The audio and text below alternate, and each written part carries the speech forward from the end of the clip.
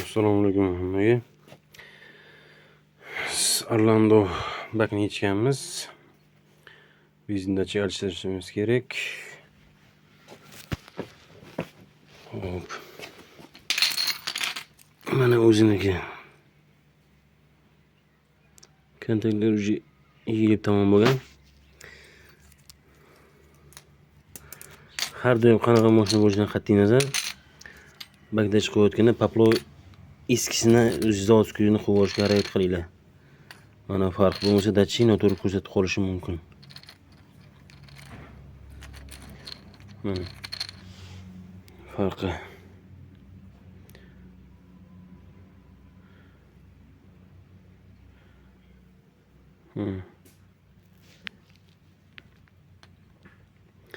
Shu arzimagan 10-15 gradusdan balki 10-15 taga adashtirib qo'yishi mumkin, datchikni xato ko'rsatishi mumkin.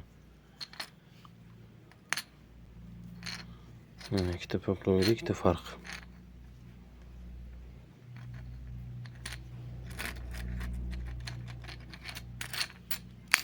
Qo'shaylik. Mana o'shaganda. Mana farq katta.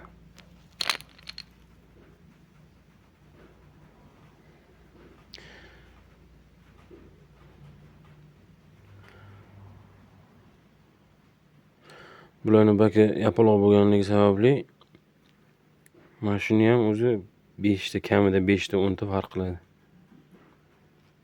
Kamida 10 ta farq qilyapti hozir buni ham. Shunga eski mana shu o'zinikini qo'yib yuboramiz sapovliga. Bu qo'yilmaydi. Bu iloj bo'lmasa,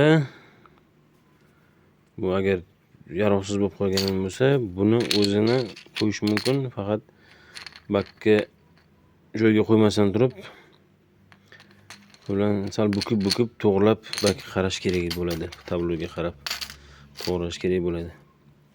Har doim shu eski paplovni qo'yib yuborishga, zavodskiyni qo'yib yuborishga harakat qilinglar.